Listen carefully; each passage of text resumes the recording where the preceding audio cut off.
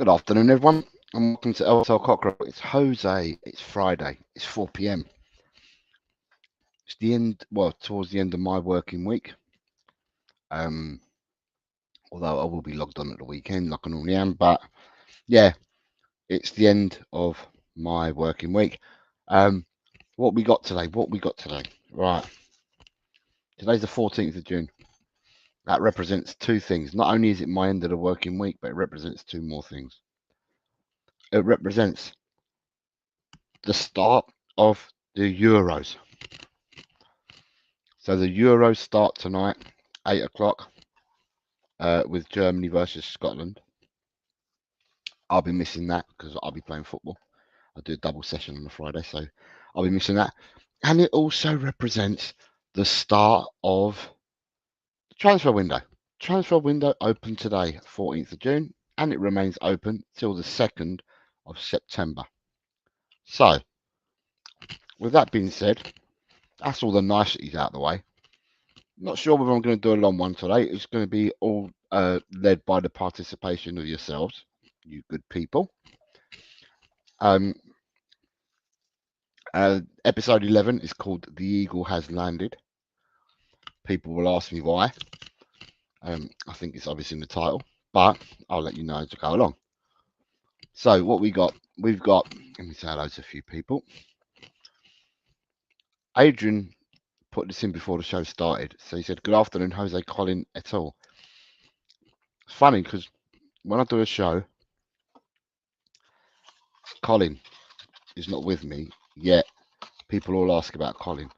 Or is it automatically presume Colin's here? And I automatically think that when Colin does a show on Talk and Ball, I think that people automatically think that I'm going to be there as well, which is not necessarily the case, as he has his own channel and I have my own channel. But understand the sentiments, and good afternoon, Adrian. Mark Cook says, afternoon, Jose, Cole, and Adrian. Good afternoon, Mark. I hope you're well, mate. I hope you're well. Got the lovely Jessie. Jessie talks football, football fan channel. So Jess's afternoon all. If people are not aware, Jess does watch-alongs, and I'm sure she's doing the watch-along. I think she's doing every game in the Euros.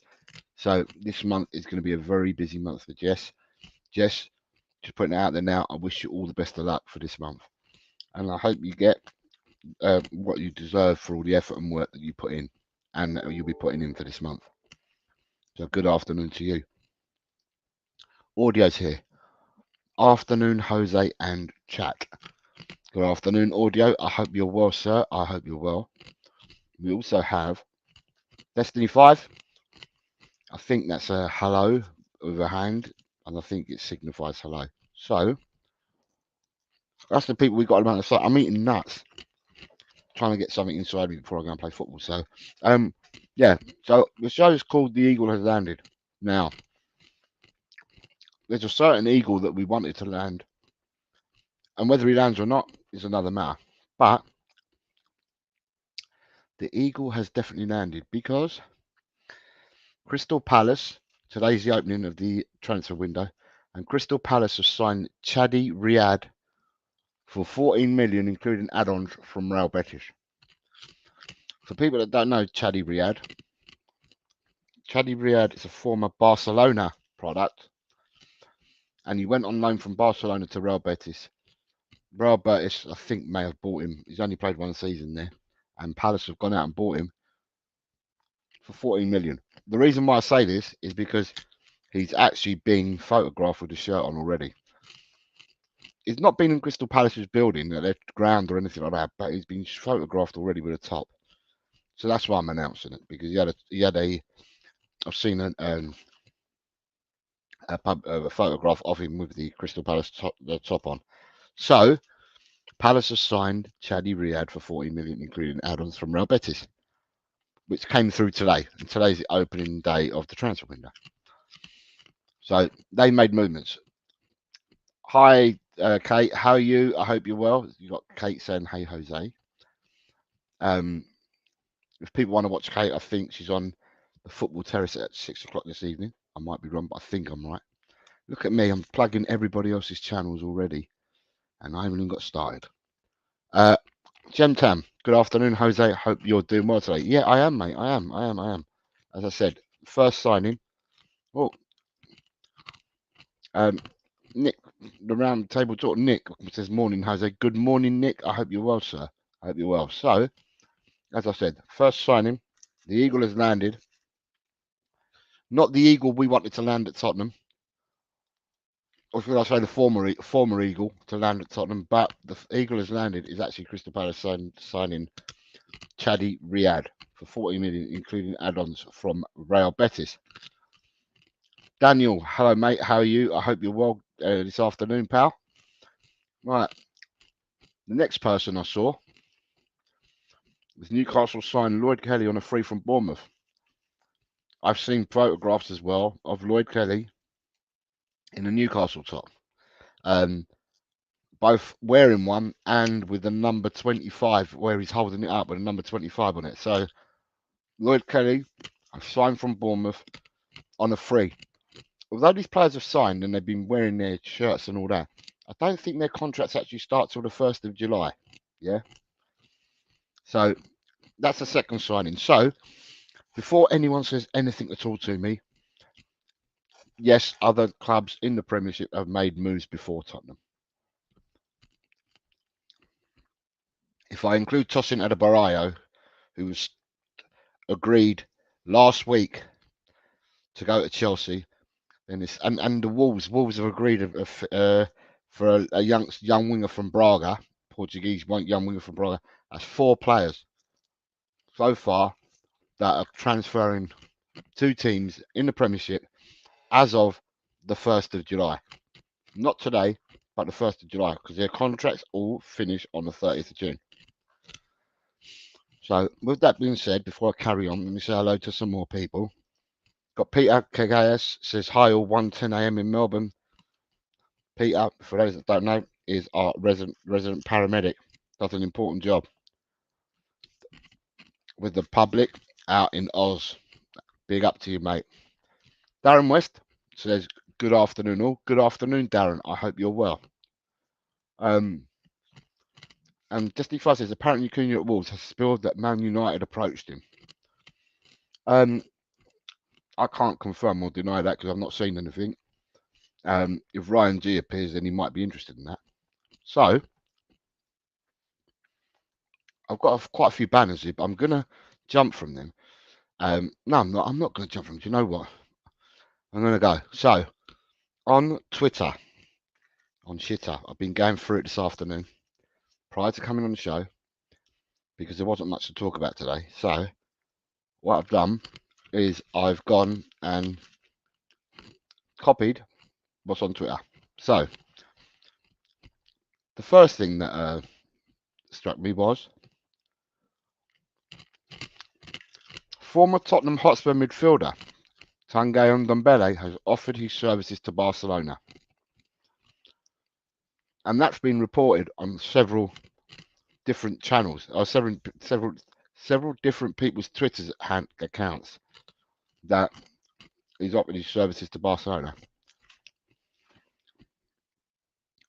I'd say the cheek of it. Whether that's true or not, it's doing the rounds, so I thought I'd share it with you guys.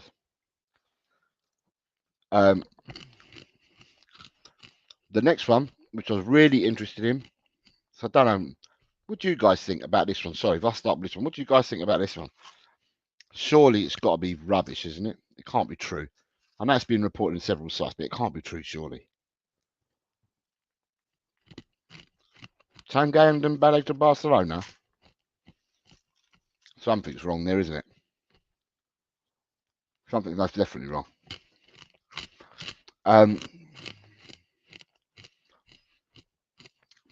Daniel says, yeah, big up to anyone working in a job that helps save people's lives. So Daniel, that's Peter Kagayes that you're referring to, mate.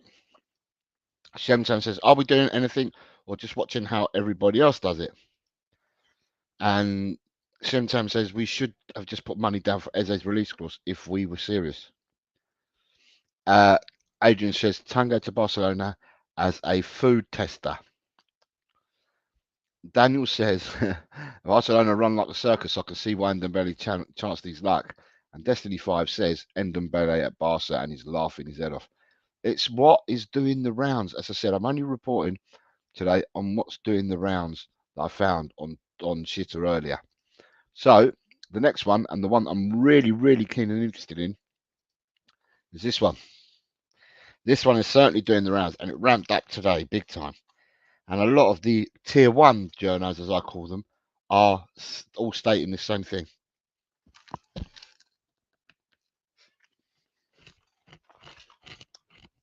So what I'm going to ask you in the chat is, Tottenham Hotspur are planning to spend big on one marquee signing this summer. Now, I ask you in the chat, what does marquee mean? Are we saying that marquee means an absolutely brilliant player? A world-class player? Or does marquee mean someone that costs a certain amount of money and then is deemed to be marquee? What do you reckon in the chat? Tell me what you think. What are we referring to here when we're saying we're prepared to spend big on one marquee signing?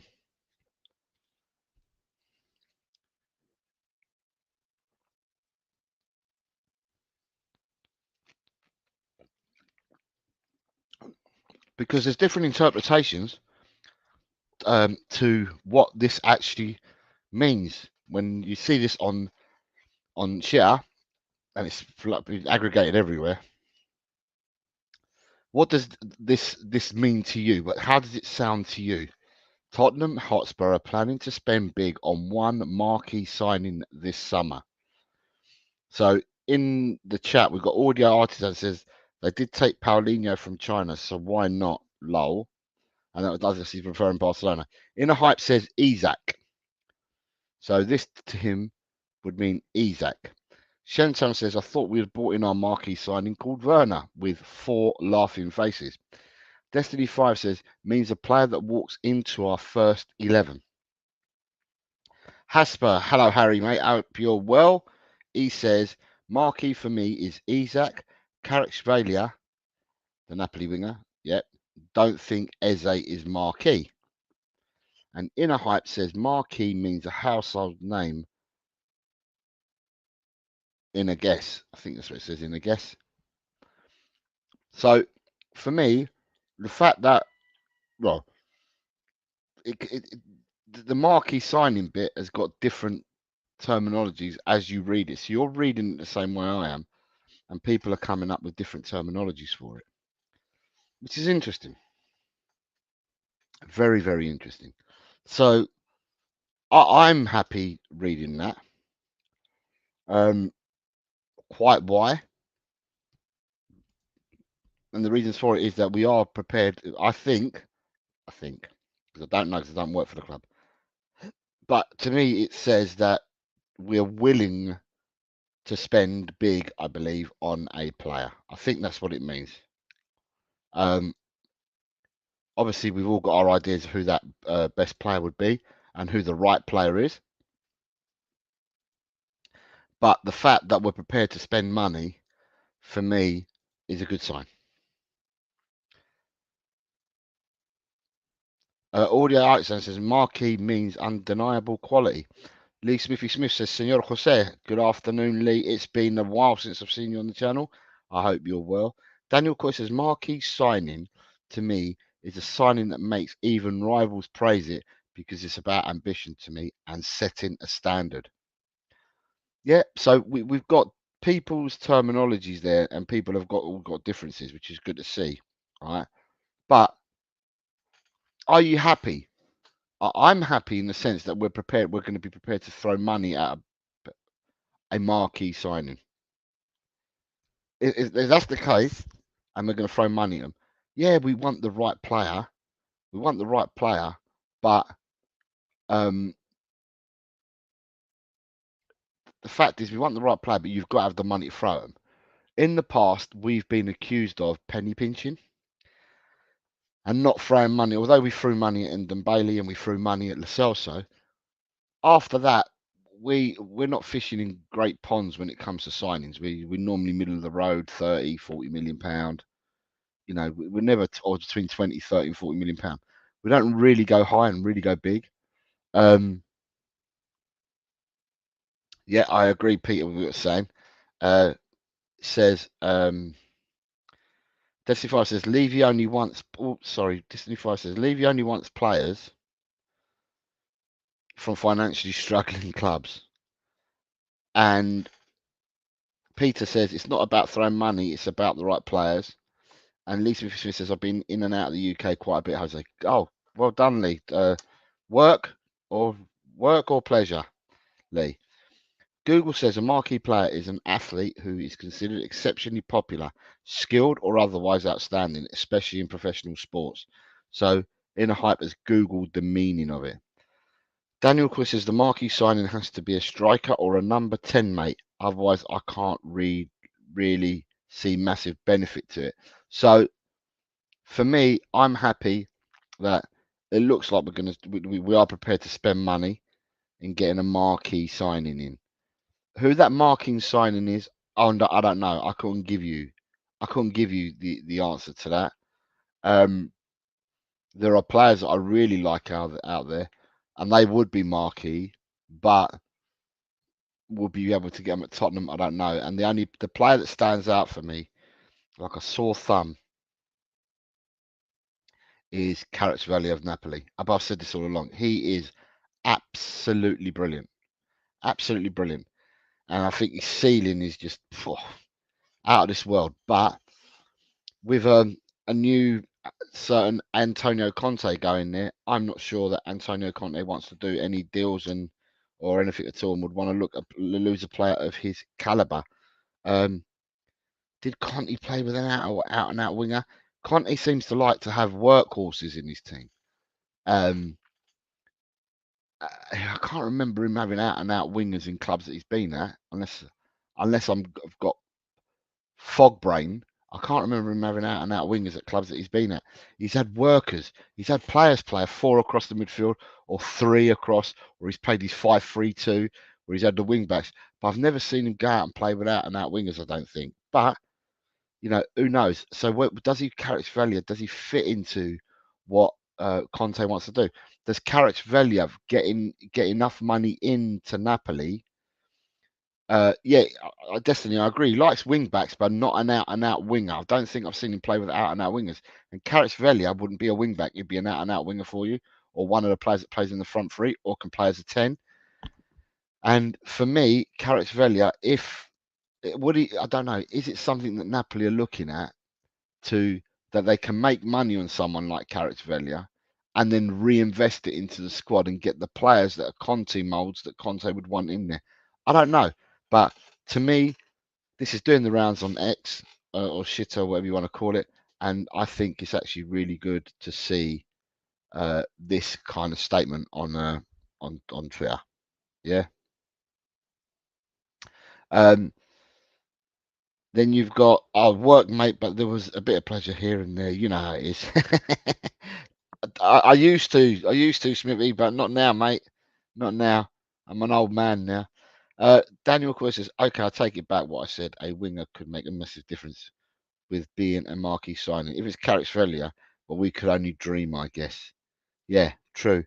So with that,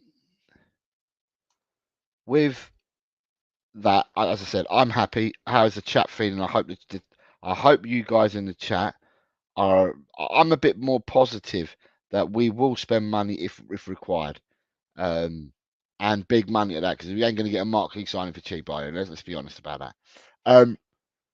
Right. Next thing I found on Twitter was it's come from PL Brazil. It says AC Milan have offered 20 million euros for Emerson Royale, yet Tottenham Hotspur Football Club are holding out for 25 million euros. A deal could be reached for a fee between 20 and 25 million. So I take it from this, and it's positive as well, by the way. If this is the case, then the deal must be really close for Emerson. So Milan are offering 20. We want 25, but a deal could be done in between. So what you do is you just meet halfway, don't you? You meet at 22.5 million if you really want the deal to get done. We're not getting the money back. If we got 25 million euros, then we'd be close to getting the money back that we bought him for. Because I think we bought him for 22 point something, I think. And if that was the case, then 25 million euros gets you your money back. But it's, to me, it's interesting because it appears that things are happening with our outgoings. Things are happening. Who else have we got? So, are people happy with that? Are people happy with the fact that we look like that we're trying to that we're going to go and do a deal for Emerson Royale? People happy with that?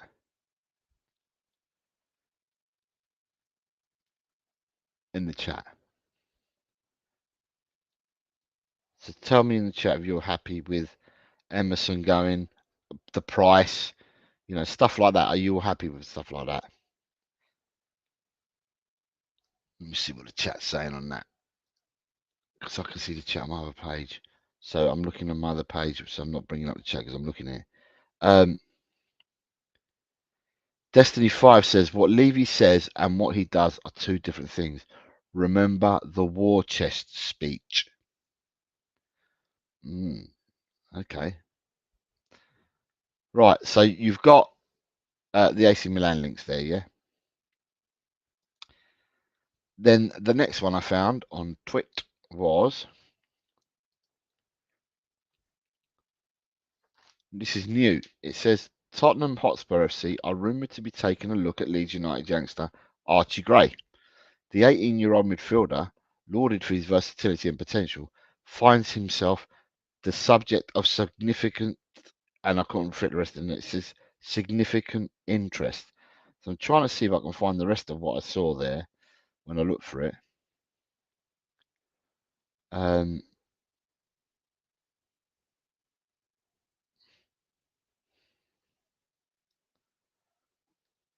Right, so it said there's some people saying that we're looking at him, and so are Borussia Dortmund, is what's being said at the moment. That we're looking for him, and so are Borussia Dortmund.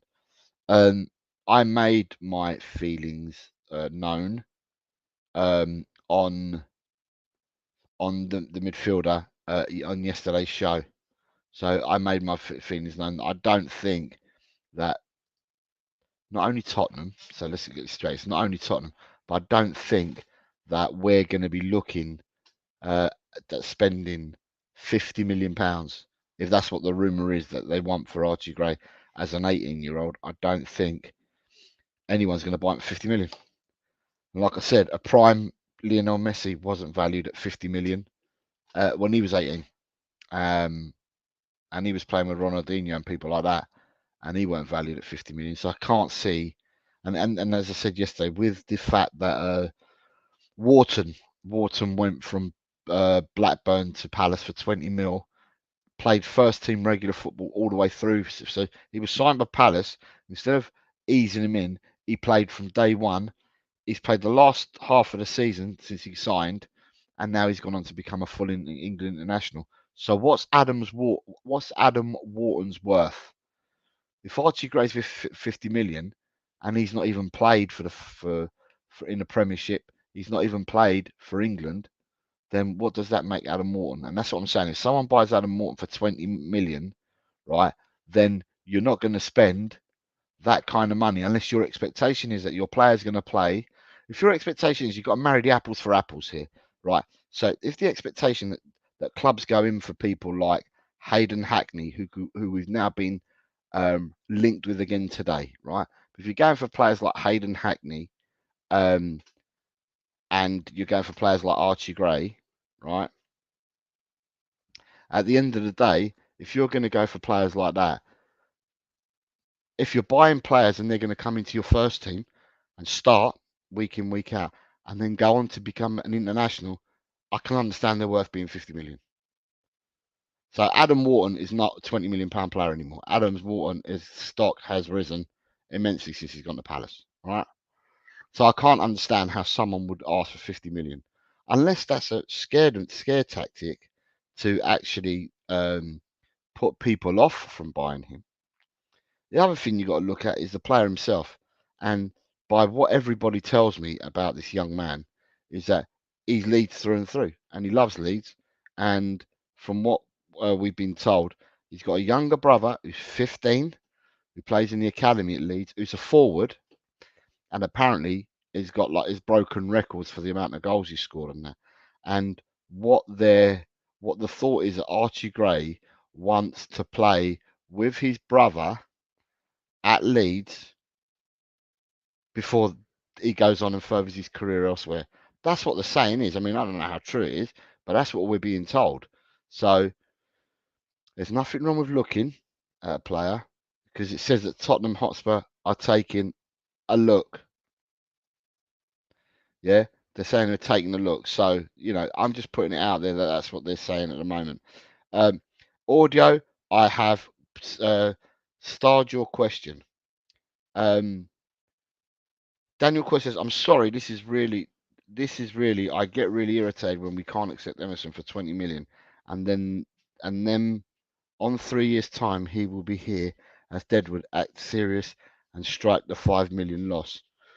No, Dan, I think the deal is going to be done. I do think with some of our players this season, so Højbjerg, Emerson, Hill, Rodon, these players are wanted by other clubs, and I think we will strike deals with every club for these players. So whoever ends up signing them, we would have had to make a deal somehow. Some will go in our favour and some won't. All I was merely saying was, I mean, it's positive news because they're turning around and saying that we're being offered 20 million euros, but we wanted 25.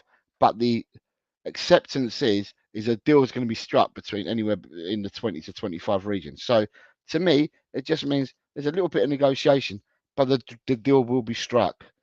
And all I'm saying is, if we had got the 25 million euro, that would have met we would have clawed back the money we spent on Emerson, because I think we spent 22 point something million on him, 22.2 or 22.8, whatever it was. The 25 million would cover it. And then you also got to realise that we bought him and he's played for us for 3 years or whatever it is. So we've bought him at a price, played him for 3 years, and we still got that money back. But if we don't get to 25 million euros, then we're going to take a slight loss in what we paid for him, although we got 3 years use out of him. I hope that makes sense, mate. So Lee Smithy Smith says, spending big is players like Messi and Mbappe. So what's spending big in Levy's eyes? I can't answer that. Audio Artisan says, is Archie Gray better than Alex Scott? Interesting. I'm going to star that because that can be a question for the chatters to say.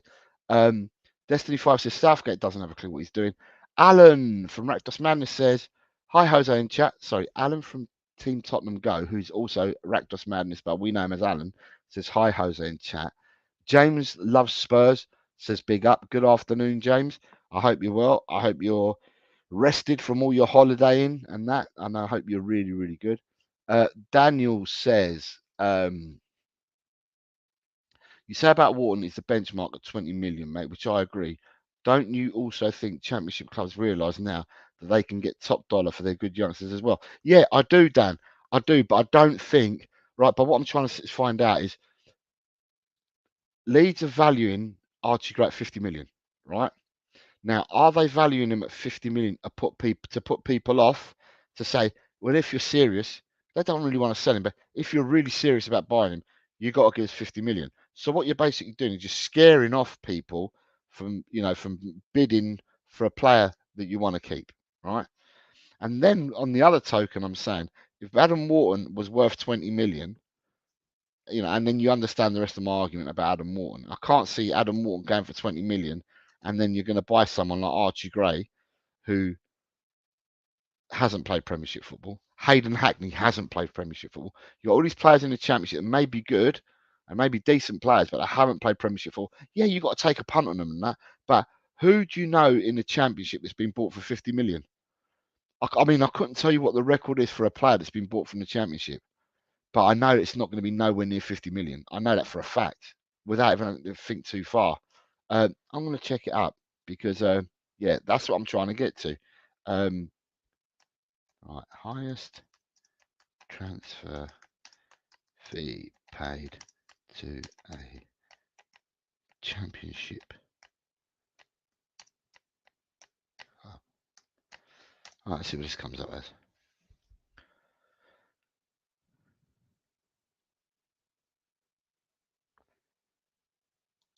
Telemarket or transfer market or something, whatever this is going to come up. As I say this, I'm going to look at it and carry on reading. Destiny 5 says, Levy always makes us lose out on either buying or selling a player, trying to squeeze the extra 1 million. I would love to know who gave the green light on Johnson. It makes me sick. Lisa Smithy says Archie would be amazing for us at Oxford rather than the Premiership. And Audi Artisan says Alex Scott was meant to be the next Gazette and went for 23 million euros. Right.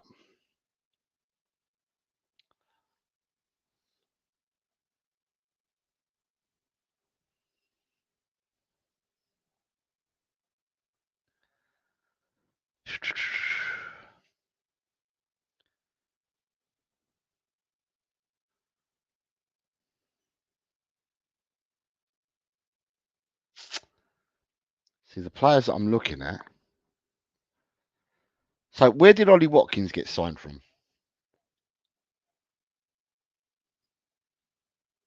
I think right, the biggest price that's been paid for a championship player, according to what I can see, is Jude Bellingham. When he went to Borussia Dortmund in 2020-2021, he went for a fee of around 30 million euros. So Jude Bellingham for around 30 million euros went to Borussia Dortmund, right? That has got to be. So when Ollie Watkins signed for Aston Villa, where did Ollie Watkins sign from? Did he sign from Brentford in the Championship then?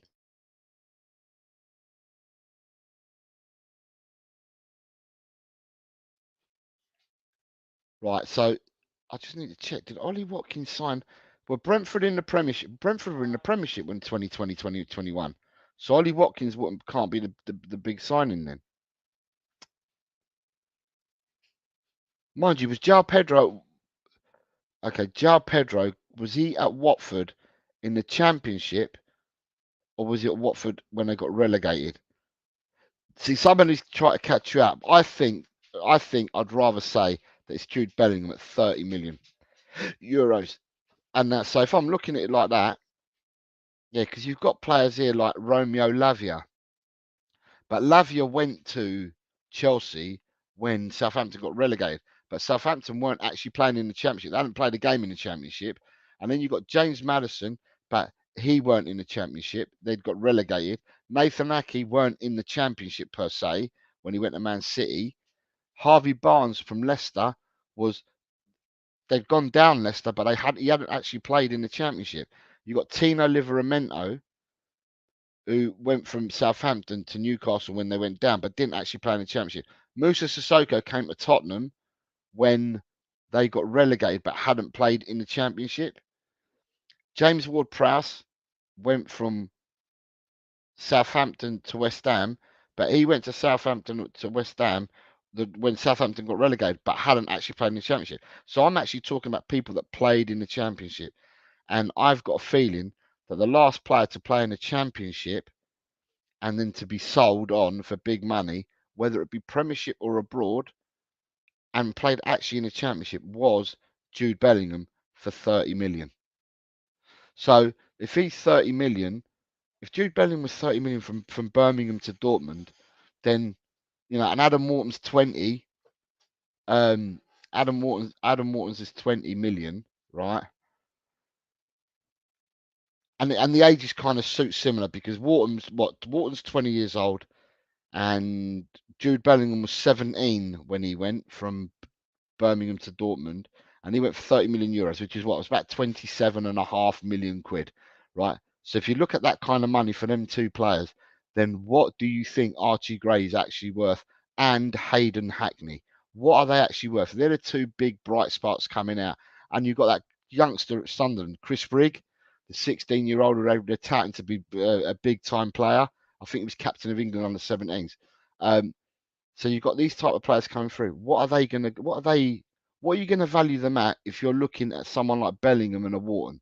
You know, Destiny Five says, yeah, they're overpricing, which I understand. He's one of their big assets. Destiny 5 says Bellingham to Dortmund, maybe. Yes, that's what I'm just saying. Yeah, so you got Lee Smithy Smith says, I'd rather give a green light on the Johnson than getting Timo back for 165 grand a week. Destiny says Brentford, Watkins. Daniel says Brentford were in the Championship, mate, when Watkins went to Villa. So if that was the case, and I'm not disputing that you aren't right here, but if that was the case, are we saying that Brentford have only been in the Premiership for 3 years? Because apparently Watkins went in 2020, 2021. So are we saying that Brentford, because Brentford seem to be like a team that's been in the Premiership for a bit longer than 3 years? What would that make it? 21, 22, 2021, 21, 22, 22, 23, 23, 24, 24, 24.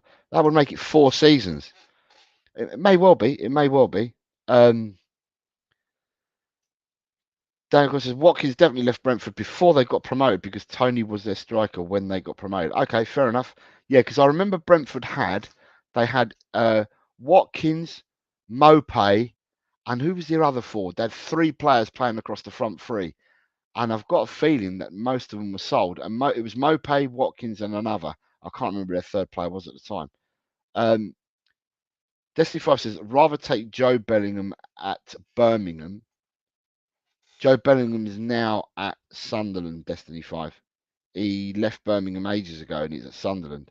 In the Hype says, in terms of marquee signing, that beats the transfer record of 63 million. That limits it to a limited amount of players. Marcus Rashford. Then of course says, yeah, they have, mate. Don't you remember, mate? We had Brentford in the League Cup semi-final under Mourinho, and they were a Championship club, mate. Watkins was definitely already at Villa.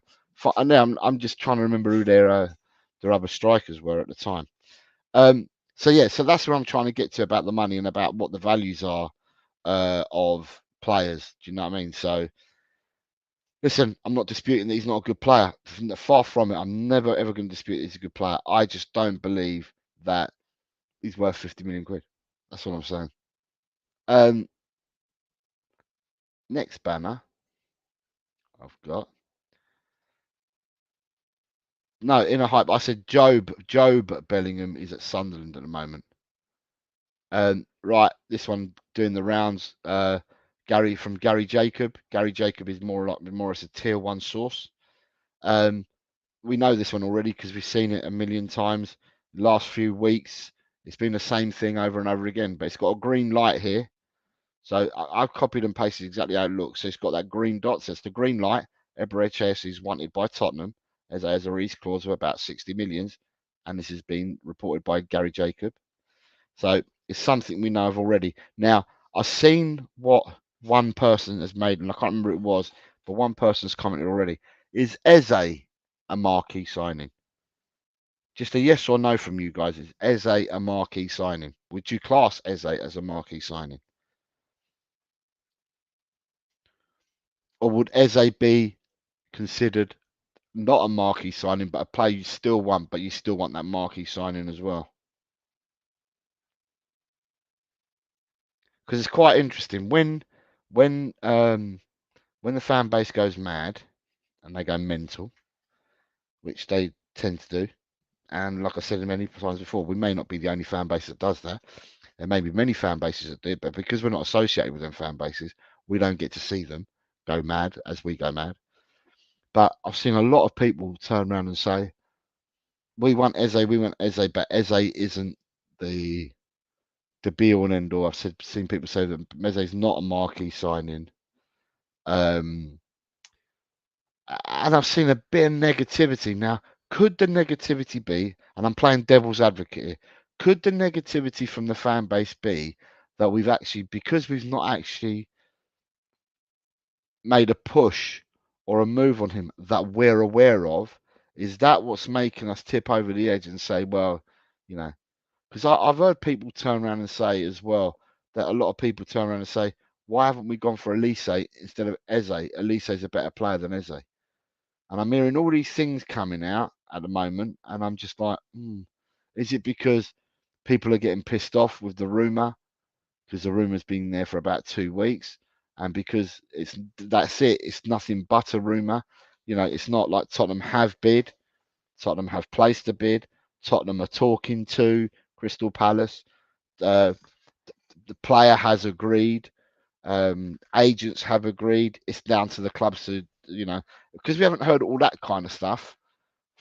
Is that then the reason why there's a bit of negativity coming saying that Eze isn't the be all and end all and stuff like that? I mean, I don't know. I'm just putting it out there because I'm going by what we read on social media, which is a cesspit, but social media says this, and by what people say on in channels when I watch channels or people's comments in channels.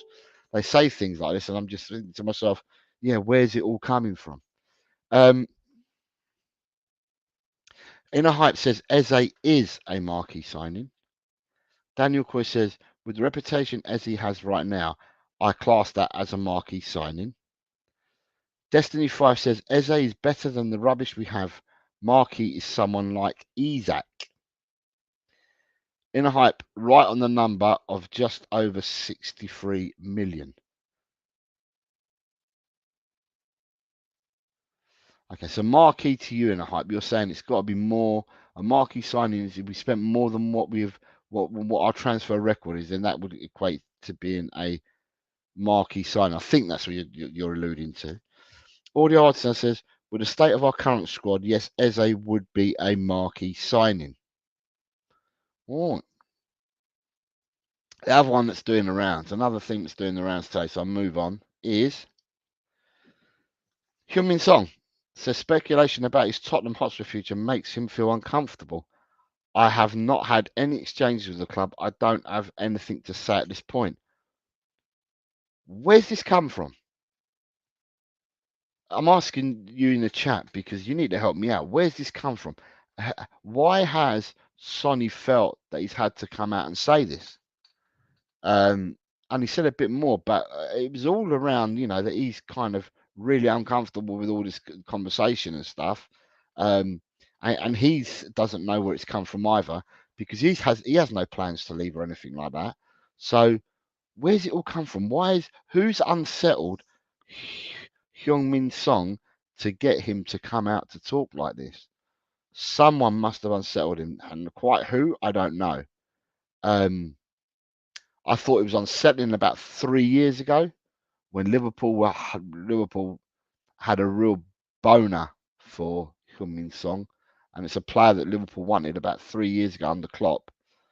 That would have been the time it would have been unsettling, for the club and stuff like that. Don't know about the player, but if you've got someone like Liverpool coming in, you may turn your eyes, you may not. But I don't know what it is that's triggered Heung-min Song to come out and make these statements. So I was just wondering if anybody could enlighten me as to why they think this has happened, because I don't know. I certainly don't know. So if you've got any ideas, then please help me out and let me know. All right, what have we got next?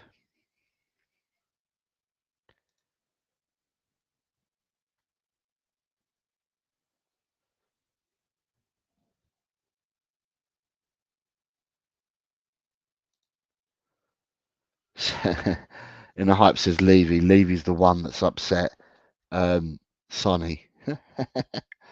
Possibly, like I said. The 3 more that I've seen on Shitter today is this one. Tottenham Hotspur. So it's got this little red thing because I copied and pasted it. It says Tottenham Hotspur have already made their first move to sign Albert Gudmundsson and would have no issues meeting generous asking price. Jed Spence deal could play a positive part in the deal. Albert Gudmundsson, people. Yay, nay, what are you thinking? This has divided a lot of people because I've had a lot of people say good things about this fella. Then I've heard people say some negative things about this fella. Apparently, there's something going on with a court case. Apparently, the case was dropped. Then I've been told the case has been reignited again because further evidence came to light after they dropped it. I mean, I'm not quite too sure where you can get done for double jeopardy. I'm not too sure that can happen. So if you're accusing someone of something and then you drop the charges, but then you recharge them again, it's double jeopardy, surely, or not? I don't know. I mean, I'm not a lawyer, but to me, it sounds like double jeopardy to me. But yeah, apparently we're linked to him again. What are your thoughts, chat? Yeah, what are your thoughts? Because this is all I'm bringing the stuff up, and I wanted to see what you thought because it's not all about what I'm thinking; it's about what you guys think as well. Leo says, "Yo, yo, yo, Jose, hope you're well. Big up all the homies in the chat. Good afternoon. Well, it's not. It's good morning, I believe, still for you, Leo. So I'm going to say good morning, hoping that I am right. I think I'm right. It's got to be either 10:15, 10:15, 8:15, 9:15,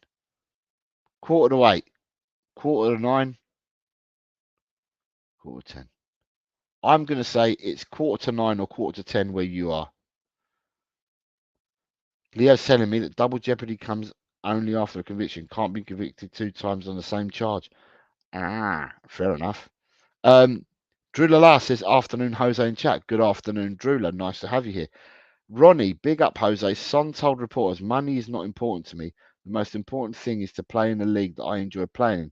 I have so much more I want to accomplish in Premier League. Ronnie, I know that he's come out and said all this, but I'm just wondering what's made him come out and do it, because he says he's unsettled and he's uncomfortable with all. So I'm just trying to understand where it would have come from it. Ronnie says, Son wants to stay at Tottenham and try to win a trophy. I think he may be not happy the club have not given him a new improved deal, which he deserves. Okay, fair enough. All right. Okay, so it makes more. I understand it more now. Inner Hype says, I'd much rather see Marcus Rashford and he will move in this window. Do you think Marcus Rashford is going to move this window, Inner Hype? I know Ten Hag's been kept on, but I didn't. I think that if you'd got rid of Rashford, I don't know, if you'd got rid of Rashford, phew, he got rid of Ronaldo, right? Big time player, but he got rid of Ronaldo at Man United. It looks like they may be losing Casemiro and Varane, right, to Saudi. So you're losing some of your more experienced players. Would you let Rashford go as well, or do you give Rashford another? Or do you? I don't know. I can't say reintegrate, or do you coach Rashford to get his form back? Rashford going. If Rashford left the club, I still think you'd command a heavy duty fee here in England. See, the thing that gets me is that if you go to somewhere, let's say for argument's sake, say Rashford was made available here in England, right? What do you reckon Rashford would go for? Do you reckon Rashford would be sold for 60 million, 50 million, 70 million? What do you think Rashford would be sold for, right? If you went here in England. However, if someone like PSG or Borussia Dortmund or someone like that went for Rashford, one of the foreign teams, they could probably get Rashford for 30 million. That's how mad the market is. It's because you're an English team. That's how mad the market is. And that's when I was saying yesterday on the show, when I did this yesterday, I was saying that it's interesting that the Italian teams, it doesn't matter who you are, what Italian team you are, it doesn't matter who you've played for, they can do deals quite quickly amongst themselves. So you have players that do the rounds playing for different Italian clubs. In Spain, it seems to be like that as well, that you can do deals quite quickly and not dear deals either, but they've done really, really quickly for quality players.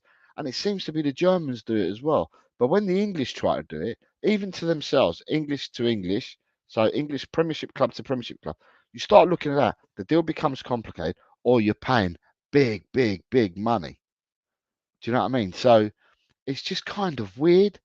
But yeah, to me, I think Rashford could go for a sum here in the Premiership if they decide to sell him. But if he went abroad, he'd be much, much cheaper. Because Paris Saint-Germain weren't looking to pay £50 million for him. I don't think Paris Saint-Germain were looking for any more than 25. I think it was 25, but I'm going to say 25, 30 million to sign Rashford. So, you know, at the end of the day, but yeah, so that's that one. Next one that I found was this one, and this one interested me as well. It's being reported that Spurs have submitted an offer of 42 million for Real Sociedad star Takefusa Kubo. The 23-year-old right wing is just 5'8" and dubbed the Japanese Messi. Now, with this youngster, Kubo, I can talk about him because I know about him. Right. Kubo was signed by Real Madrid. And he went to Real Madrid at 16 years of age. And there was a big war for him. And people wanted to take him. And Madrid took him. He didn't make the grade at Madrid. And Madrid let him go out on a couple of loans or whatever. And then he eventually signed for Real Sociedad for cheap. It weren't dear at all. They've obviously made their money and more if they're looking to release Kubo now. Now, I don't know where Sociedad finished in the Spanish league. I know they finished outside of the European spots, right? I know that, yeah, I'm going to have a look at it, but I'm sure they finished outside the European spots. And saying if they finished outside the European spots, it might be harder for them to keep older players. Spanish La Liga. Let's have a look at La Liga. La Liga finished with Sociedad. So Sociedad qualified for Europa League. No, that's got to be wrong because no, that's right. That's right. So Real Madrid, Barca, Girona, and Atletico Madrid Champions League, Atletico Bilbao, and Real Sociedad Europa League, and Real Betis got into the Conference League. Look at this, man. Villarreal, Valencia, Sevilla, Celta Vigo, big clubs that didn't even qualify for Europe in Spain. Anyway, so with that being said, because it's the Europa League, I don't know under PSI or whatever, whether Sociedad need to sell. They've got a really talented squad, Sociedad, and there's lots of players that you would take out of their team and they'd improve your team. And Kubo is one of those type of players. He can play right, he can play left, and he can play down the middle, although he's 5'8". He is a really, really tricky player. He glides past players, he takes players on. He is a very, very good footballer. And I think someone like him would improve your team, no doubts. No doubts at all. Roddy says, yes, come to Spurs. Get Kubo. He's a baller. Chris Lonnie, good evening or good morning, Chris. I'm going to say to you because it's now 16:53. Unless you're 23:53, unless you're 7 minutes to midnight, I'm going to say good evening or good morning to you, Chris Lonnie. I hope you're well. Says, hi, Jose. Just in. Rashford on the cheap. I'd go for him. There's nobody available worth going for. Ronnie, yeah, they finished 6th. Yeah, I just had to check out Ronnie. And Daniel, of course, says, okay, get me Kubo and Eze, and I will shut up all summer. So Kubo and Eze. So you're saying that the marquee is then Eze, or are we saying Kubo, Eze, and a marquee? Just asking, just putting it out there, just putting it out there. The other thing I found today, and it's the last bit of news that I've got that I found earlier, was according to some Everton in the know, according to some Everton ITKs, Brian Hill may be on his way to Everton. So you've got this, and then as soon as we've got this, and I looked at X, everyone was like, is he going? Is he going? Is he going? So everyone's asking the question now, is he going? So that would be interesting. That's an interesting one because everyone's under the impression that he would go back to Spain and, you know, and stuff like that. But this is saying that he's been looked at by a Premiership club. And I think we've all turned around and said before, when we wanted to, I think because I can't speak for everyone, but I think the majority of the people that have been in the chats on this channel, and most of the people I've seen on other channels, have all said that when Hill was going to be loaned out, don't loan him to another Spanish club, loan him to an English club. Well, now we're actually looking to sell. And it was interesting. When we were looking to sell before, no English clubs came in for him, I don't think.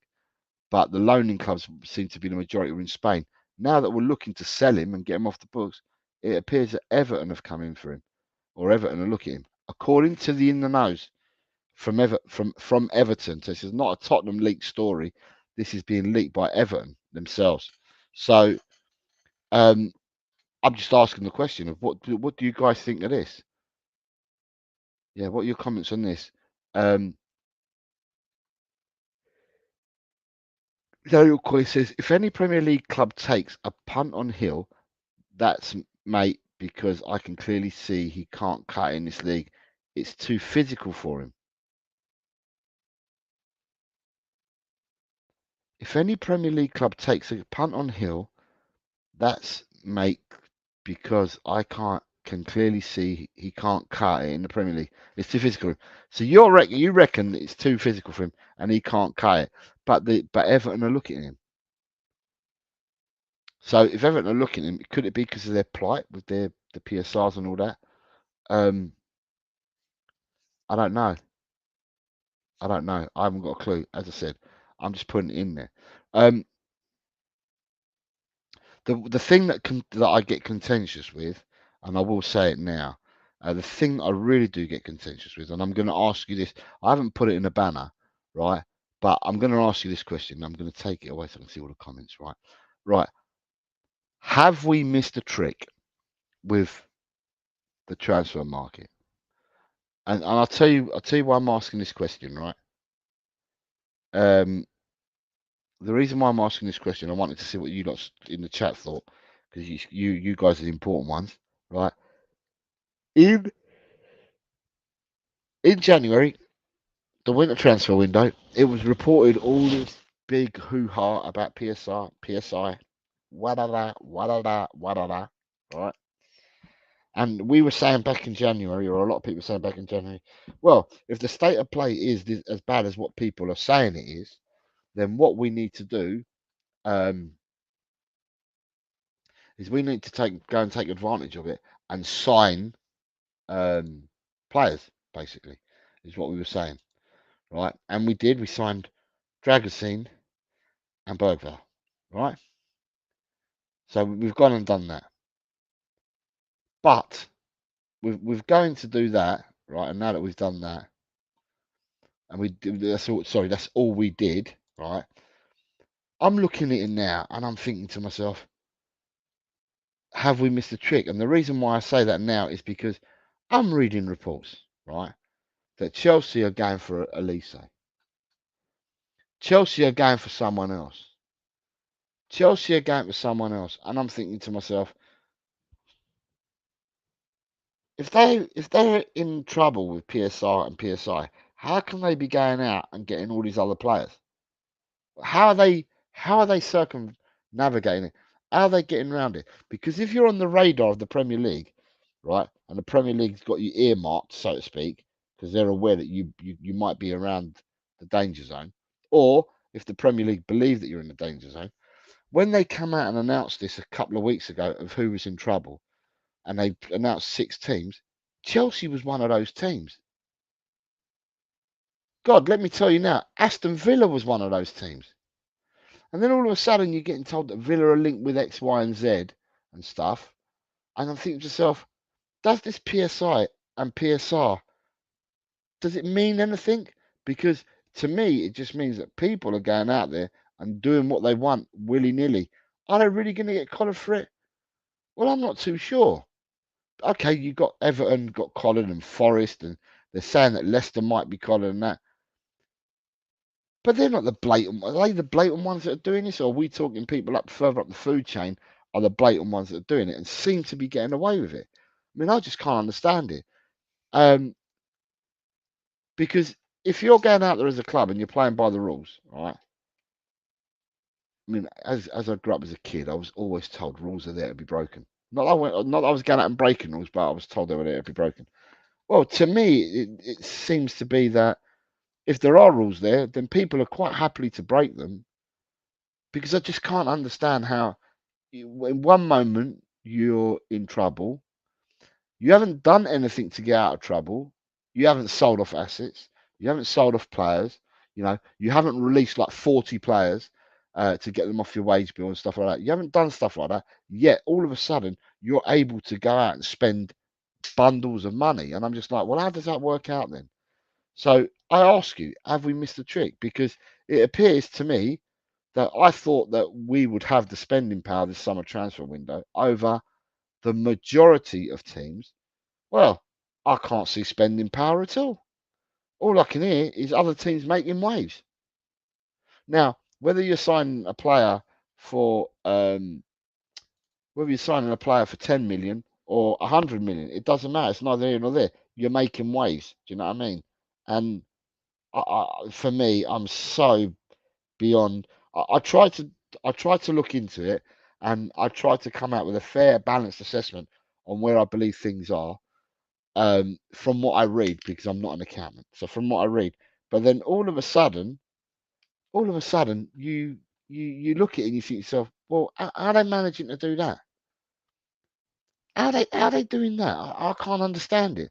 And it's a few clubs. It's not just one or two. It's a few clubs. I can't understand it. Now we're getting told stories, and this is what I mean. There's no smoke without fire, and I say this all the time. But where does the truth land? Where are we landing with the truth with this? Because we're being told that lots of clubs have to sell, and some clubs have to fire sale and sell players by the 30th of June, which is a Sunday. Yeah, it's a Sunday. Today, 14 days from days to 28, so it makes it a Sunday, right? So by the 30th of June, some of these clubs have got to have made transfer dealings and sold players before then. So I'm just like, well, I'm not hearing of any players being bought from said clubs at the moment. Now, I know Palace are not one of these said clubs, but someone like Nottingham Forest have been told that they've sailed against the wind already, and therefore they are in trouble. Right? They've been told this already, unless they get rid of players. To what value they need to get, I don't know. But from the fine they got last year, I would have said it'd be quite a bit, right? Yet you don't see. We haven't seen bids for Hudson-Odoi, Elanga, Murillo, Dominguez, Morgans, Gibbs, White. All these players. I've not seen the boy that they got, Awuyimni up front. They've got loads of players that could be sold to. Doesn't mean Tottenham. Can be sold anywhere to other clubs.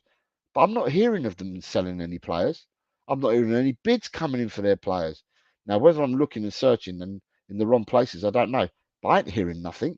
So I'm just like, well, does this PSI thing actually mean anything? Leicester supposedly are going to start with like the biggest point deduction that's ever been handed out. So Leicester, you would think, have to get rid of players as well by the 30th. Or is it an acceptance that they don't care? They'll take their ban or whatever they're hit with, and they'll deal with whatever they have to deal with next year. I mean, I don't know. I can't answer for these clubs. But then when you got your Chelsea and your Aston Villa involved in this as well, and then, well, I was saying that Villa were looking at players, but Villa are not. Villa are actually getting rid of a player because it looks like Juve have done a deal for um, Douglas Luiz, and they've thrown in Weston McKennie and Sammy Ealing Jr. and £20 million in return. So who got the best out of that deal, Juventus or Villa? Because if Villa are getting rid of Douglas Luiz, right, but they're getting Weston McKennie, who is supposedly an out-and-out 8, and they're getting Ealing Jr., who's a wide player, and they're going to get 20 million. Who's getting a better deal? I mean, I don't know what the wages at Douglas Luiz on, but I can't imagine that he was on too much. You know, I reckon. Well, I don't know. I don't think he was on too much. Will Weston McKennie and Samuel Ealing Jr.'s salaries, what putting them together, what would they equate to compared to Douglas Luiz? If I remember, Douglas Luiz was signed. Was he signed from Manchester City? Did he come from Manchester City's academy and went to and went to Villa? I'm sure that Douglas Luiz had something to do with Man City. Anyway, so Douglas Luiz goes. He's not homegrown. He's not academy trained in that. Now he's the player that's going, but they're getting 20 million from plus 2 players. So How'd you balance the books there? You know, and that's where I'm kind of lost. I don't know. Douglas Luiz didn't strike me as being a player that was on overly top wages. Weston McKennie, I reckon. I reckon Weston McKennie would have been on a decent wage. So Ronnie says Louise is on 75,000 a week at Villa. All right, Ronnie, do you know how much Weston McKennie's on at Juve? Because Weston McKennie and Sam Ewing Jr., the only way that this works for them is if they're both combined salaries would be a lot less than 75 grand a week. And then they get the 20 million on top. But the 20 million on top doesn't eat into pure profit for them because he wasn't academy trained and homegrown and whatever. Daniel Coy says, yeah, I'm surprised we ain't taking advantage of this, especially seeing that this is the sort of thing Daniel Levy lives off. Jose, was you a rebel when you was young and breaking all the rules? No, I wasn't. I was a really good boy when I was young. My mummy said that I was the apple of her eye. So, and she still says that. It was her birthday yesterday, my mum, and I rang her up in Spain, wished her happy birthday in English, and she told me again yesterday I was the apple of her eye when I was a kid. So yeah, I was a good boy. I was mummy's boy when I was a kid. Um,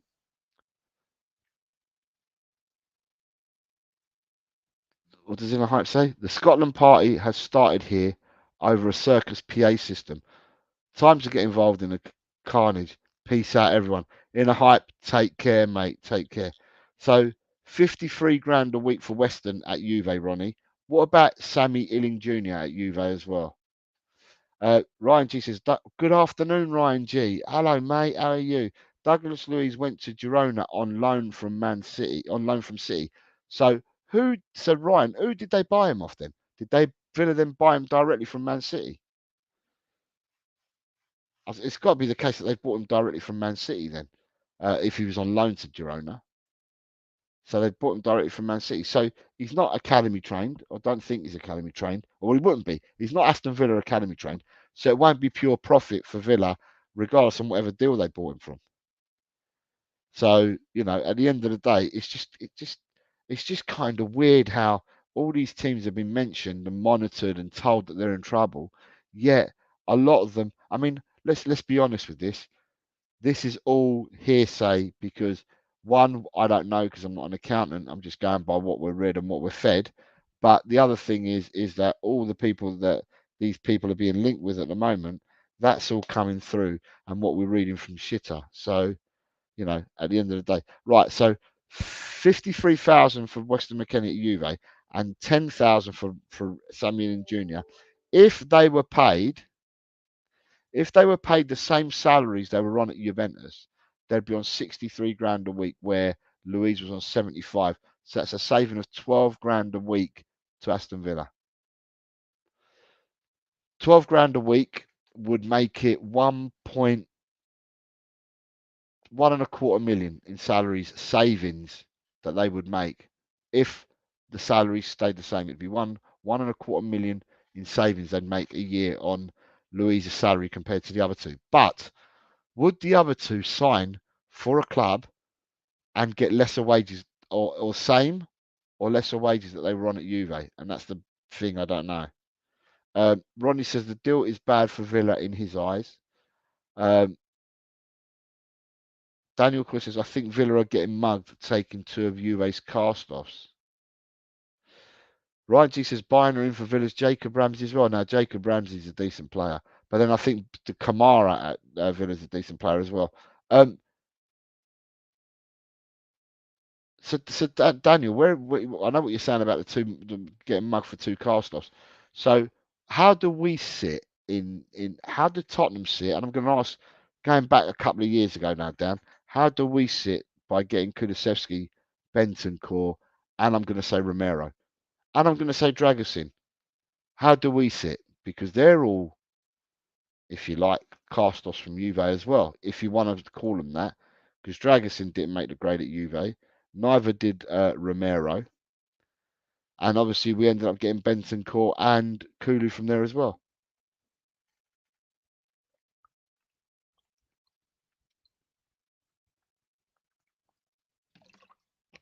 It just goes to show how big a system, and they haven't been a force of nature, have they, Juventus, for a few years in the league? But it just shows that, you know, at the end of the day,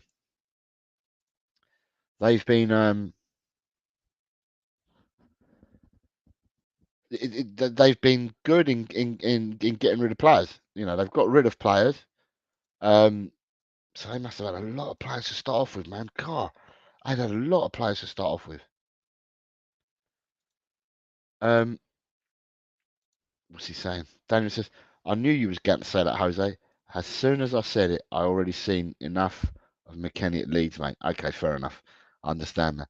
So, yeah, to me, as I said, I haven't got a clue, and I really don't understand, and I haven't got a clue what's happening with PSR. PSI, I don't even know whether PSR and PSI exists because it seems to be a fucking fallacy to me. I know at the AGM they were going to have a vote on whether to get rid of that, and they were going to bring in this new ruling of doing it like what Europe does, where it's 70% or 75% of your earnings, stuff like that. But I don't even know whether that got ratified, so I couldn't tell you what rules we're playing under next year. And to me, I just think that either the rules are shit and not fit for purpose, or those governing those rules don't know how to govern it properly, or the clubs employ better accountants than the Premier League's investigators or whatever. Because it just seems to be that, you know, yeah, it's never ending. It's just a ridiculous cycle and it's never ending. Moving on, I didn't put this up because I've only just seen this, but it says Brentford will refuse to sell Ivan Toney for any less than 60 million, although they previously valued him at 80. So, with that, Brentford seem to be doing what they did last year. They value a player at a certain price, yeah, and in their last year of their contract, like Raya was as well. And when they ain't getting the money that they're going to get, they end up having. If people don't go in for Ivan Toney, right? If people don't go in for Ivan Toney now, and they wait, the longer it drags on, the price comes down from Brentford, like it did with David Raya for them in the end, because they thought that we were going to be foolish enough to give them 40 million. I think it's 40 million that's been touted last year. So if they're foolish enough to think that someone's going to give them 80 million, and now they've bent it down to 60, if they're still foolish enough that they're going to get 60 million for him, then so be it.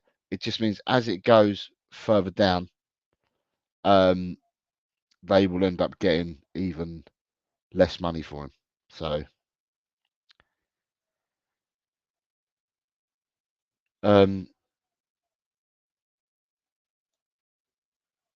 yeah, madness, absolute madness,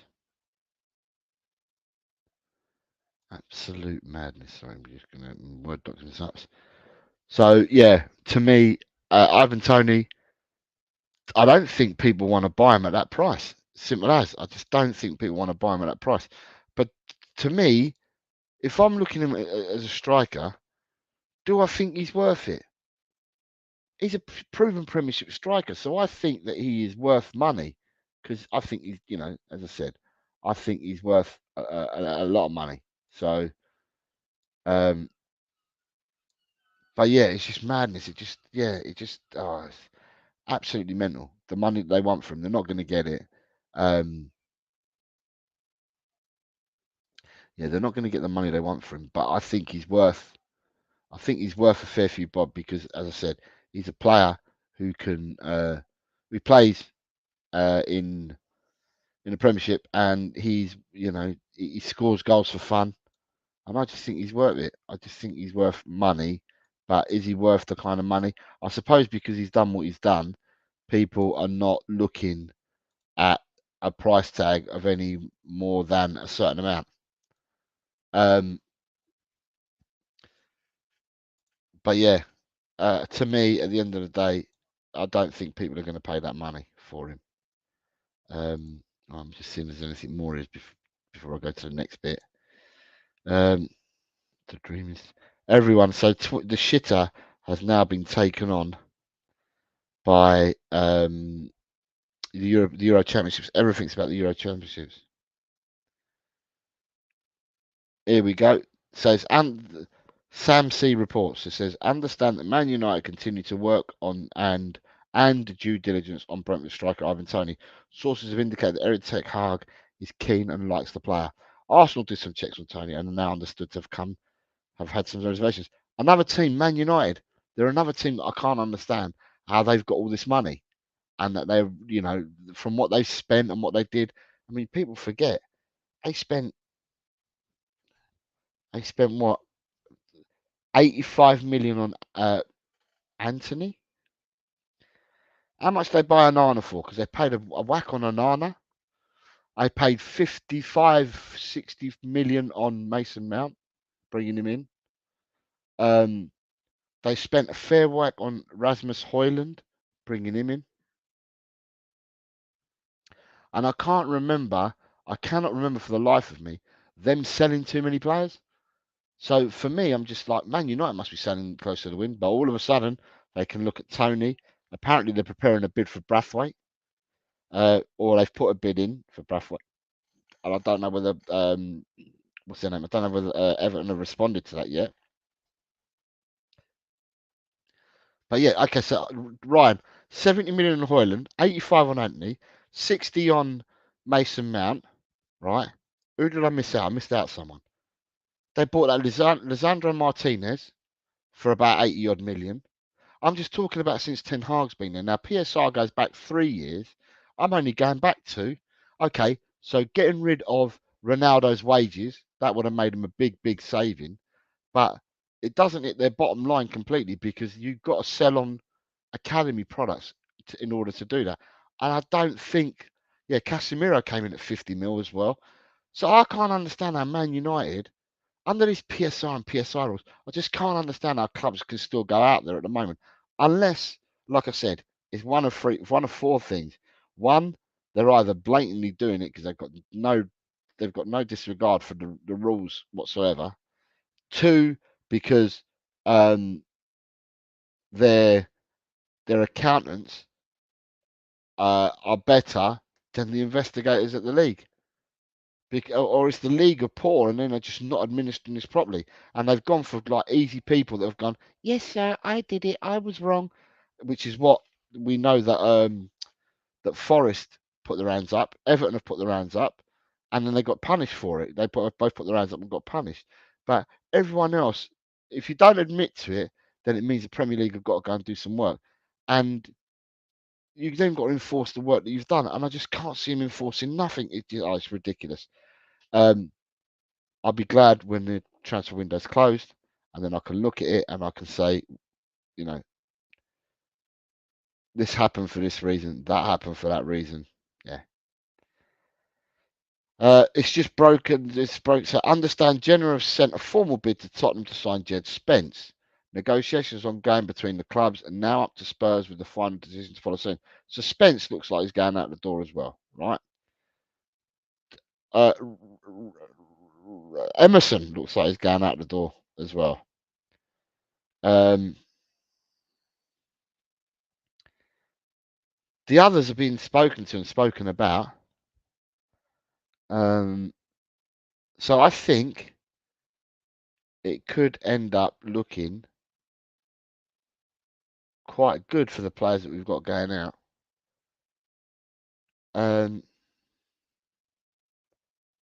37 minutes ago, Fabian Huzerla becomes the new Brighton manager. Here we go. He's officially the youngest manager in Premier League history. He's 31 years old, born in February 1993. So he was born 1 month after my youngest son. Because my youngest son was born in January 93. Contract until 2027 for Huzerla. Agreement reached between St. Pauli and Brighton on his compensation fee. Trying to see if there's anything else there. Manchester United agreed terms with Jared Brathwaite as Everton demands 70 million. That's been reported by Time Sport. That was yesterday. I thought that they might have come back with something. Right, in my banners, so I'm nearly getting to the end of this one, so I've got another 2 to go. Is I'm going to ask you from the chat, what do we need? So player-wise, what do we need? So I'm going to tell you in the chat, and it's only for the people who are in the chat at the moment. Right, do we need goalkeeper? So do we need to invest in any more in our goalkeeping department?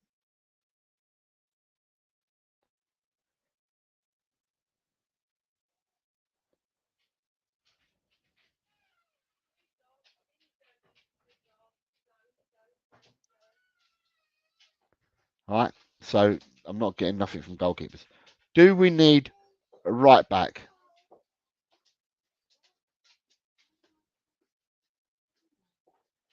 And I know we're linked, but do we need a right back? So do we need competition? Sorry.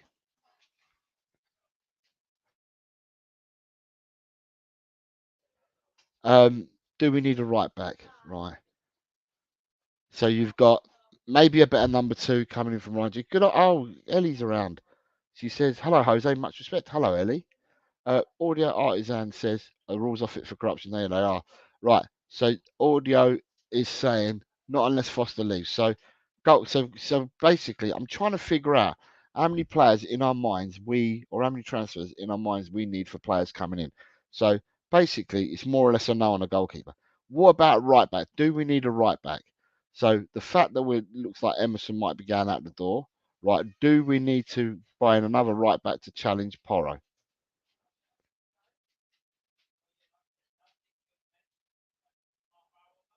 Because if your thoughts are that we do need a right back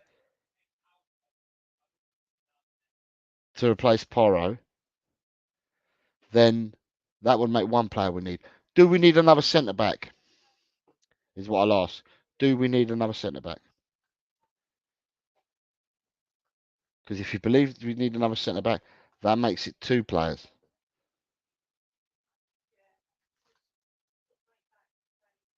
Do we need a left back to challenge a doggy?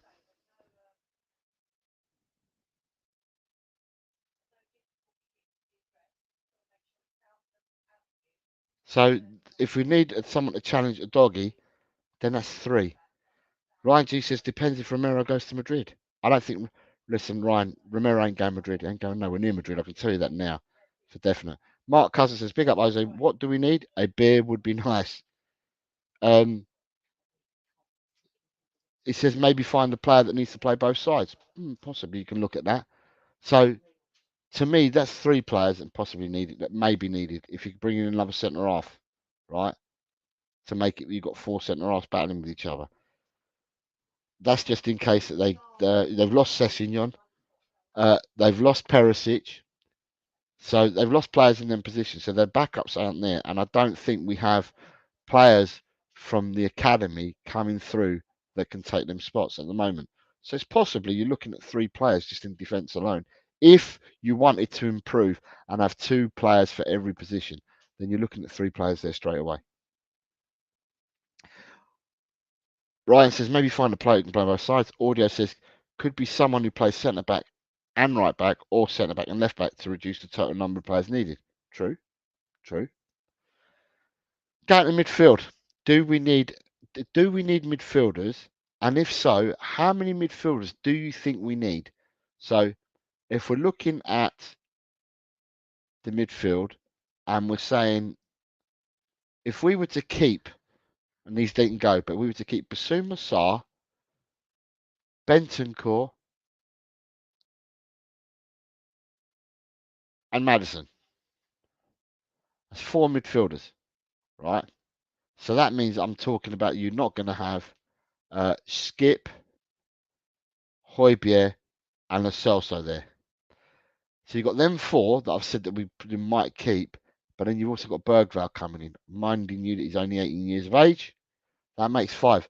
Do we need any more midfielders? If so, and how many do we need? And that's a question I'm going to ask you lot as well.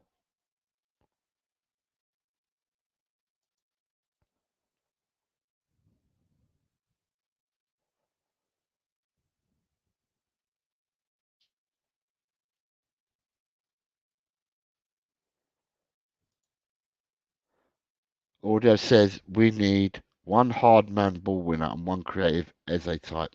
Ryan G says we need 3 in his opinion, and then Ryan G says 2 to 3. So let's say I said 2 because Audio's gone 2 as well, so Ryan's gone 2. That would make it 3 at the back, 2 in midfield. That makes it 5. Although we're saying that if you brought someone in that can play right back and centre back and left back and centre back, then you may not need 3. You might be able to get away with 2. Yeah. So let's say if we're doing the getaway exercise, we're talking about 4. How many players do we need in the top 3? So whether it be a right wing, left wing, centre forward, or someone that can play across the line, how many do we need up top? Ryan G's coming in with 2 probably for the front line as well. So Ryan G's thoughts are 2 for the front line as well.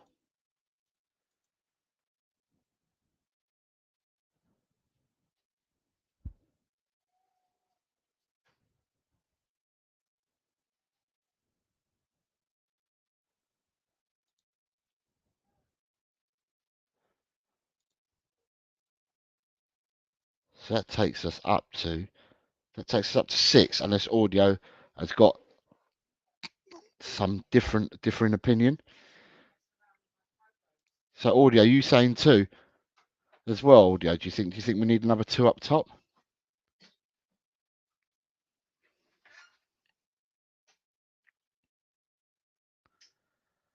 We're stuck with BJ and Kulu. We need better than both, but won't get them. But if you had, but how many do you think we need up top, Audio? Because I've got you. It's you and Ryan that are doing most of this answering. So I'm going to go with the numbers. I'm going to try and play with the numbers that you both give me. So Ryan's saying 2. So I'm wondering what you're saying, Audio. If you're agreeing on 2. So basically, if we're going by the numbers that Ryan's given us, we probably need 6 players to come in, right? So my last banner is, right, and the crucial one for me is, how many players from those that we have been linked with heavily do you think will definitely sign? Mark Cousin says, I don't care how many come in, they've got to be improvements. And look at that, Ryan G and Audio at the same time have both said striker and right winger at the same time. Anyone would think you were both brothers. Yeah.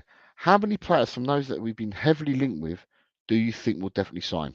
Now, the reason why I ask this question is because last season, let's go on last season. And Ryan, I don't know how much you were involved with Tottenham last year because I know you're a Wolves supporter.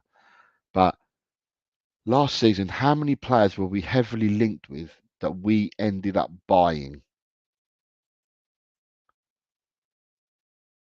And that's the way that I'm going to measure it. So how many players that we were heavily linked with last year did we end up buying? Because then that sort of like gives us a flavour of how many players that we've been linked with this season that we might be able to get.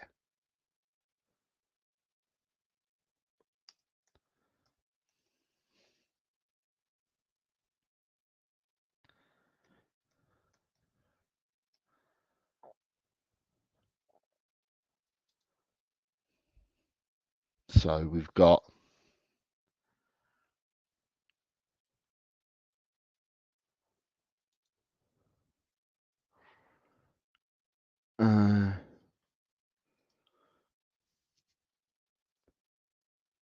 none of this one for the future nonsense. Right, so last season, I'm going to go back to the season before. Right, the season before, right, what does Audio say? I can see Marcus Edwards coming in for the homegrown rule and a cheap deal. Interesting. So the season before, we signed Richarlison. Were we linked with Richarlison heavily? No, I think it was an opportunistic deal, I think, with him. Were we heavily linked with Christian Romero? I don't think we were. I think we went in for him and we actually just got him. I don't think we were heavily linked. Yves Bissouma. Now, Yves Bissouma seemed to be one that happened overnight.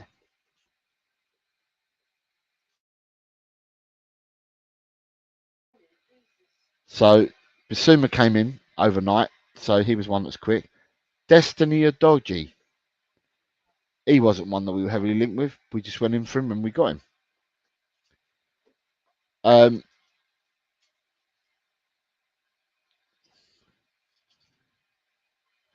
Ali Gold was reporting on Romero for weeks, was he? Okay, well, it didn't seem that way to me then. Jed Spence, yeah, he was one that we were heavily linked with for the wrong reasons. And everyone was saying it was a club signing and to do with the man upstairs, the bald bean counter, as we call him. And Pedro Porro, yeah, we were linked with Pedro Porro for ages, and we bought Pedro Porro. So that was the season before last, right? Last season, however, we bought in Brendan Johnson. Well, we linked to Brendan Johnson for ages.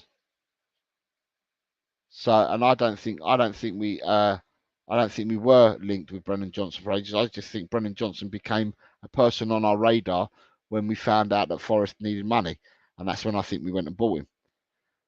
James Maddison. James Maddison happened quite quickly. Were we linked for ages with James Maddison? Now, where I'm getting to is players like Gallagher. Like, I'm going to give it like Gallagher. Gallagher, we've been linked to Gallagher for a whole year. We were linked to Gallagher last summer. We've been linked to Gallagher again. Them rumours have never gone away. So that's what I'm talking about, links. So how many players from those that we have been heavily linked with do you think will definitely sign? So I'm talking about the heavily linked players. Mickey van der Ven, we weren't heavily linked with, and we bought him in. Kulu, we weren't heavily linked with when we bought him in. Radu Dragusin, were we heavily linked with Radu Dragusin? Guillermo Vicario, Alejo Veliz, Ashley Phillips, Manor Solomon, Timo Werner, these players we weren't heavily linked with. So to me, what I'm trying to understand and think of is that we're getting told about all these players that we're linked with heavily in that. And I just don't see that we're going to get many of the players. I don't think we'll get many of the players that we've been heavily linked with, basically, is what I'm trying to say. I just think that's what they are. They're just links. They're just people that want to put it out there, people that want to gain traction. I just don't think that we're going to get some of these players at all. So I don't know what you guys think, but I just don't think we're going to get them at all. In all honesty, Pramvat has just joined us. Man United Pramvat. Hello Pramvat. I hope you're well, mate. Not seen you for a while. I discussed your Manchester United earlier because I thought Manchester United were in trouble, but now Manchester United seem to be trying to sign the whole of the world. And now that you're trying to sign the whole of the world, I'm just wondering if you've ever had any problems with money, because it looks like you don't. It looks like you can go out and do whatever you want, regardless of how much you spent before. So yeah, that's what I've been looking at when I talked about Man United earlier. So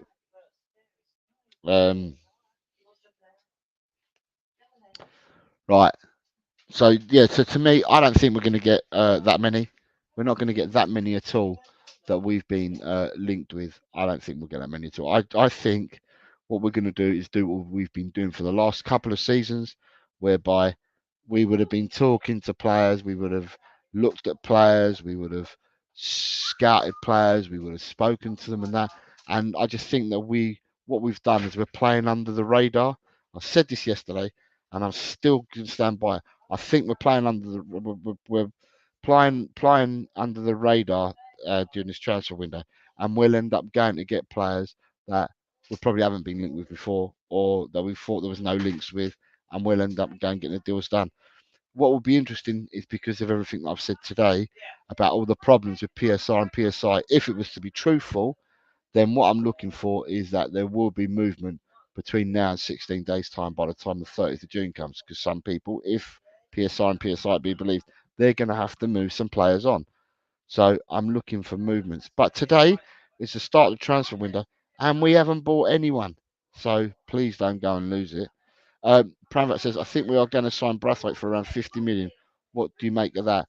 Pramvat, you're a Man United supporter. So how much did you pay for Anthony? So I'm talking, Ten Hag's been there for 2 years, right? And PSR normally works for 3 years. So for 2 years, how much did you pay for Anthony? My belief is you paid 85 million for him. Casemiro, 50 million. You signed Varane. I don't know how much you got Varane for, but you got Varane in. You signed Mason Mount for 60 million. Højlund for 70 million. Lisandro Martinez, I can't remember how much he came in for, but he came in for big money as well from Ajax. You've also got who's the other one I mentioned earlier? Who's the other one I mentioned earlier? I mentioned someone else earlier. But anyway, looking at all the signings that Manchester United have made, you spent quite a bit of money on them signings. But I haven't seen any Man United making lots of money from selling players on. So if I look at it, I just don't know how Man United are making their money to sell players on. And so to me, I thought Man United would be one of the people that would have to sell or would have to trim or would have to do something in order to bring players in. But it appears Man United can go and do what they want. Same as Chelsea, same as Aston Villa, same as all these teams that we thought would be in trouble. They just appear to be going about their business just how they want and doing what they want to do. And like I said, it comes down to it's either the league. I'm not going to sound like a repeated record here. It's either the league have got really crappy investigators and really crappy people to govern their rules for them, or the clubs absolutely just don't care at all, or the clubs have better accountants than what the Premier League do, because it just doesn't sound right, some of this stuff that's going on. And now the fact that we don't know what rules we'll be playing under next year, because at the AGM, or they were supposed to see if they could bring in a new set of rules to govern this, to align with the European or the UEFA rules that there are out there. Well, we haven't heard what we're doing yet next season. Nobody knows. Nobody knows what we're doing. It's a bit like everything. Nobody knows nothing at all. You've got there's a lot of hot air about VAR and that what we're going to do next season, but nobody knows. You have to wait till next season to see what happens, and you have to wait to see what happens beyond the 30th of June. And yeah, it's just all a mishmash. But today the Euro start. Today is transfer deadline day starts, and as I said, the only deals that I've seen that are being done is, as I said earlier, Chadi Riyad from Real Betis to Crystal Palace, wearing a Crystal Palace shirt. These players can't sign till the 1st of July, which I keep saying, but was already wearing a Crystal Palace shirt. You've got Lloyd Kelly wearing a Newcastle shirt. You've got Tosin Adarabioyo who's been pictured with a Chelsea shirt. Although they're out of contract, on the 30th of June. And although they've been signed and they've been announced, they can't actually sign with your club to the 1st of July. But anyway, what we're hoping is that we'll see a lot of traction in the next. Well, I'd like to see traction at Tottenham within the next couple of weeks. I'd like to see a signing or two within the next couple of weeks. Carry on working on the outgoings, but we need to see a couple coming in. And if they're not going to be involved in Europe, or they're not involved in the European Championships, I don't know how good they'll be if they're not involved in the European Championships, because Isak's a really good player and he's not in the European Championships.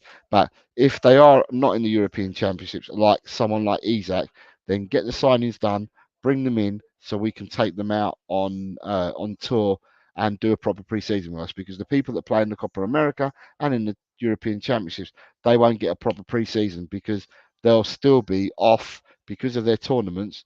They'll still be off for 3 weeks after their last game, and that will impinge into our pre-season. Ellie says that VAR they should have got rid of. And Chris Peters, good afternoon, Chris. Not seen you in a bit. How are you, Chris? I hope you're well. I hope your family's well. Says big up Jose and all in the chat. So, with that being said, no news is good news, as they say. And yeah, that's actually true. Ellie just put it in there. Smash the like, everybody. It helps Jose's algorithm and spread the love by sharing the link with your football friends. Yeah, so it's interesting because I did a show yesterday and I went from 432 to 437. I came off the show and I went back down to 432 again. So I don't know whether people had just subbed just for the show and then unsubbed when the show had finished. But yeah, I'm trying to get to 500. So just to let everyone know, it's common knowledge. I'm trying to get to 500, and if I get to 500, I will gladly do the predictions league next year for all the subscribers again.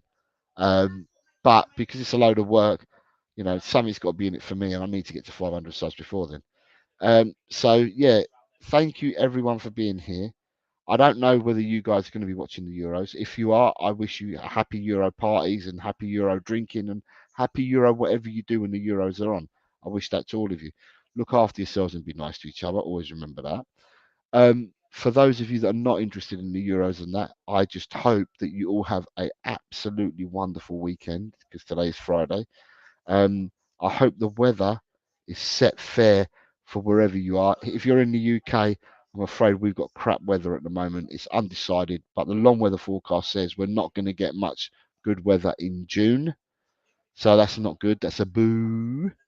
But I do wish every single one of you that's been here today watching, anyone that's on playback and that, I wish you and your families good health and be prosperous in whatever you decide to do over the weekend and beyond.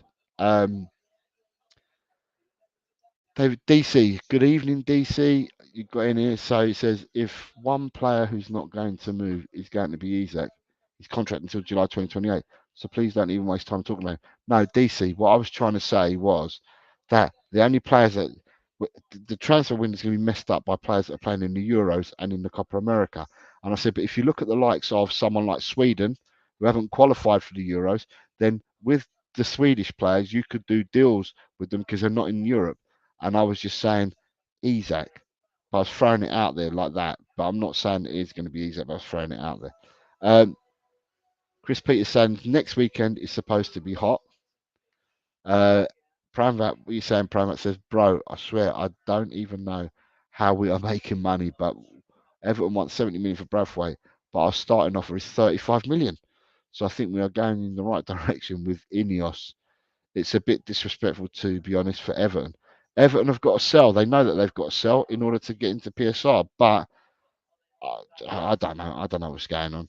And then you've got big up from Audio Artisan. So yeah, like I said, everybody enjoy yourselves. Have a fantastic weekend. Hit the notification bell. It will tell you when I'm next going to be on. Yeah, and yeah, as always, I'm going to say, come on, you Spurs.